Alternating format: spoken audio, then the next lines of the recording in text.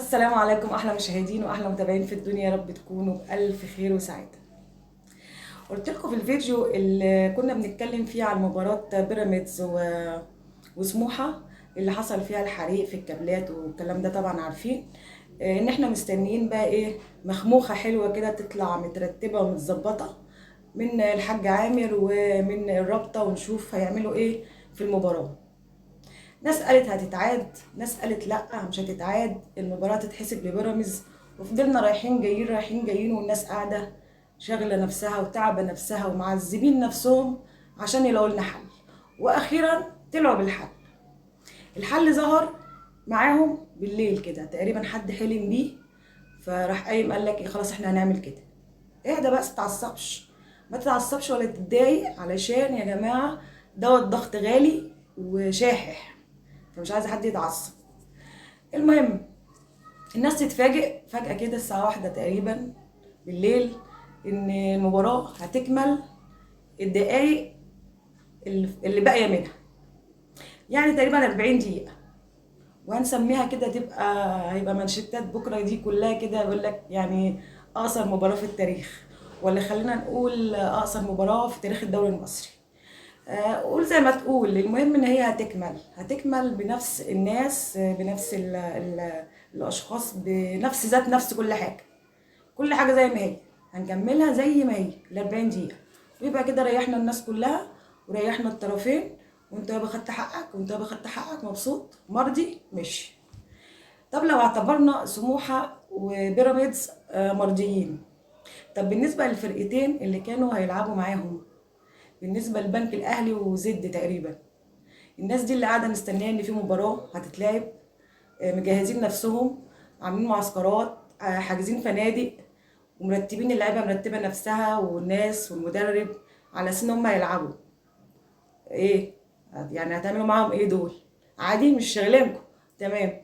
طب يعني حقهم حتى عليكم ان هم يعرفوا قبلينا احنا، يعني قبل ما تنزل مثلا الخبر على صفحة الرابطة أو على الموقع، كانت بلغت الناس دي وشفت ظروفها إيه، عرفتهم فهمتهم، طب طيبت خاطرهم بكلمتين، طب قلت لهم لا والله العظيم إحنا فاكرينكم، ولا أي حاجة.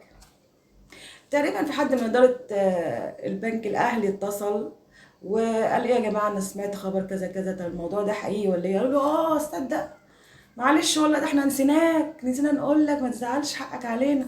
خلاص يا عم هنبعت لك جواب وهنقول لك ان الموضوع هيحصل كذا كذا كذا، وانت المباراة بتاعتك هتتأجل كده. اوعى تتضايق، اوعى تتعصب. ليه بقى؟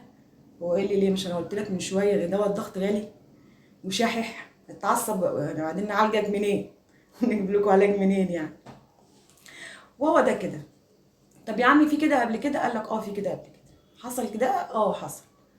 انت عندك يعني لائحه بتقول الكلام ده؟ ايوه يا عم، انا بمشي الا بالقانون، كل حاجه عندي باللوائح وبالقوانين، وكل حاجه متستفه، وما تقلقش انا تمام، انا مأمن نفسي. دي حصلت قبل كده في الدوري الاسباني وما حصلش حاجه، عادي يعني. خلاص يابا احنا معاك، هنعمل ايه؟ احنا مضطرين نسمع الكلام ونبقى مؤدبين، ونستنى المباراة إن شاء الله بكرة، ونستمتع بال40 دقيقة، وربنا يستر. ناس بقى طالعة تفتي وتقول لك ايه ده، الرابطة وعامل حسين مظبطها عشان الأهلي. طب ايه دخل الأهلي بالموضوع؟ يعني كل جملة لازم تحط فيها الأهلي، يعني ما تفهمش ليه. طيب الأهلي مالها؟ قال لك لا ده مظبطها عشان خاطر الأهلي. طب ده فرق سموحة هتلعب ناقصين واحد، والناس اتفاجئوا ان هم هيلعبوا، يعني ما يعرفوش، فجأة كده الساعة 1 بيقولوا لهم بكرة عندكم ماتش، يعني الناس مش فاهمة حاجة. ينطبق نفس الكلام على بيراميدز، بس هم يعني ناقصين واحد، هيلعبوا ناقصين واحد، وطبعا فرق ما بين ده وده في اللعيبة والكواليتي وكل حاجة. فليه نظبط عشان الاهلي ما تعرفش؟ بس يلا شيل يا عم عجبي وحط فوق دماغ الاهلي. بمناسبة الاهلي، النهارده الاهلي لعب مع حرس الحدود 4-0 النتيجة. كانت اللعيبه تحس كده ان هم نازلين رايقين، هادين، نفسيتهم مرتاحه، تحس ان هم بيلعبوا كده بهدوء، ولا مستعجلين ولا متسربعين. عندهم تعليمات، ولا تستعجل ولا تتسربع، لان الاستعجال والسربعه مش هيخليك تجيب اربعه. 4 تجوان حلوين جدا، السولية ومنعم وطاهر ووسام. وجون وسام جميل جدا، وسام لعيب يعني الكواليتي بتاعه عالي، هو بس لسه برضه ما وصلش للدرجه اللي هي، ولسه ما تأقلمش مع اللعيبه، لان هي سبحان الله يعني من ساعه ما جه اصابات يمكن يصاب حتى من قبل ما يلعب. بس هو بيتحرك كتير في الملعب، لعيب نشط جدا، بياخد اماكن حلوه، بيوسع لزمايله برده كمان. لا فكره عالي، وان شاء الله ربنا يكرمه كده ويبعد عنه الاصابات وربنا يوفقه. لعيب كويس جدا وممتاز وان شاء الله يبقى حاجه كويسه. انا بس عايزه اوجه كلمه لابننا كهربا، وعايزه اقول له ان انا زعلانه منه جدا، وعايزه اقول له نصيحه، يعني ما اعتقدش ان هو هيسمعها بس يا رب يسمعها. عايزه اقول له يا كهربا اكبر بقى، يعني اكبر، انت ما بقتش صغير، انت بقيت كبير. انت يعني كبيرك في الملاعب مثلا كام سنه كمان، 3 4 سنين ولا 3 سنين، يعني انت بقيت كبير، المفروض تعقل، المفروض دماغك تكبر شويه، تفكيرك يكون انضج.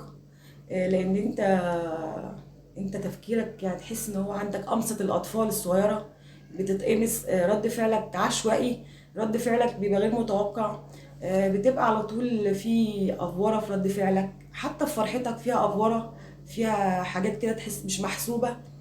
كلامك برضو وبرضو زعلك نفس الشيء. لا يا كهرباء، اللي انت بتعمله ده غلط، غلط جدا. التمرد دوت مش صح، وما يطلعش من لعيب كبير، كبير في الموهبة وكبير في السن، والمفروض ان انت بقيت عاقل وناضج، ناضج في كل شيء. يا كهرباء سيبك من شغل الاطفال الصغيرين ده، اكبر بقى واعقل، لان لازم تختم مسيرتك بحاجة حلوة، لازم تختم بحاجة جميلة، مش بكل اخبار سلبيه، واخبار ده عمل ده سوى ده معترض ده متظلم ده زعلان ده غضبان ده مقموص. ما يصحش، ما يصحش. اكبر، لازم عقلك يكبر وتفكيرك يكبر. يعني مستر كولر زعلان منه جدا وعاجبه النهارده، فهو حقه. ما ينفعش ان احنا نعترض بطريقه مش محسوبه، لازم نحسب كل حاجه. حتى في الفرحه لازم نكون عارفين احنا بنعمل ايه، وفي الزعل برضو كنا عارفين احنا بنعمل ايه. هرجع لنقطه مهمه كنت اتكلمت فيها قبل كده، زادت قوي المشاكل، مشاكل اللعيبه، اعتراضاتهم، غضبهم، انفعالاتهم زادت قوي مع كابتن بيبو. الناس بتلوم عليا ان انا بلوم على كابتن بيبو، وبقول ان هو شخصيته شويه مش ماشيه مع لعيبه الاهلي. لعيبه نجوم، لعيبه بيحصل عليهم ضغوط برضو نفسيه، وعندهم مشاكل نفسيه بسبب ضغوط الماتشات وضغط عصبي ونفسي.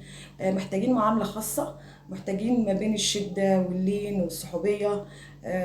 مش هنرجع نقول كابتن سيد، طبعا دي قرارات الاداره وهم مسؤولين عنها، ولكن عايزه اقول ان كابتن بيبو غير موفق في مكانه، وقلتها قبل كده والناس لمت عليا، لكن بيبو غير موفق في مكانه. شفنا بيرستاو بيعترض بطريقه فجه جدا، واحنا نعرف عنه ان هو لعيب محترم. شفنا قفشه الطيب الغلبان الكيوت بيعترض برضو بطريقه غريبه جدا عليه وعلى شخصيته. يعني في مشاكل كتير ما بين اللعيبه في اوضه اللبس، دي مسؤوليه مدير الكوره، وهو مش ناجح فيها. عايزه اقول شخصيته وتركيبته مش ماشيه مع اللعيبه، وده مش عيب. مش ناجح في المكان ده، ينجح في مكان تاني. هو ابن الاهلي وعادي، مفيش مشاكل لو اتشال من المكان ده وشفنا الاصلح، علشان مشاكل اللعيبه زادت جدا والموضوع زاد عن حده. وما ينفعش لعيبه الاهلي تبان بشكل وحش، لان لعيبه الاهلي كبار وقدوه الناس بتتعلم منها. تصبحوا على الف خير واحلى مسا عليكم.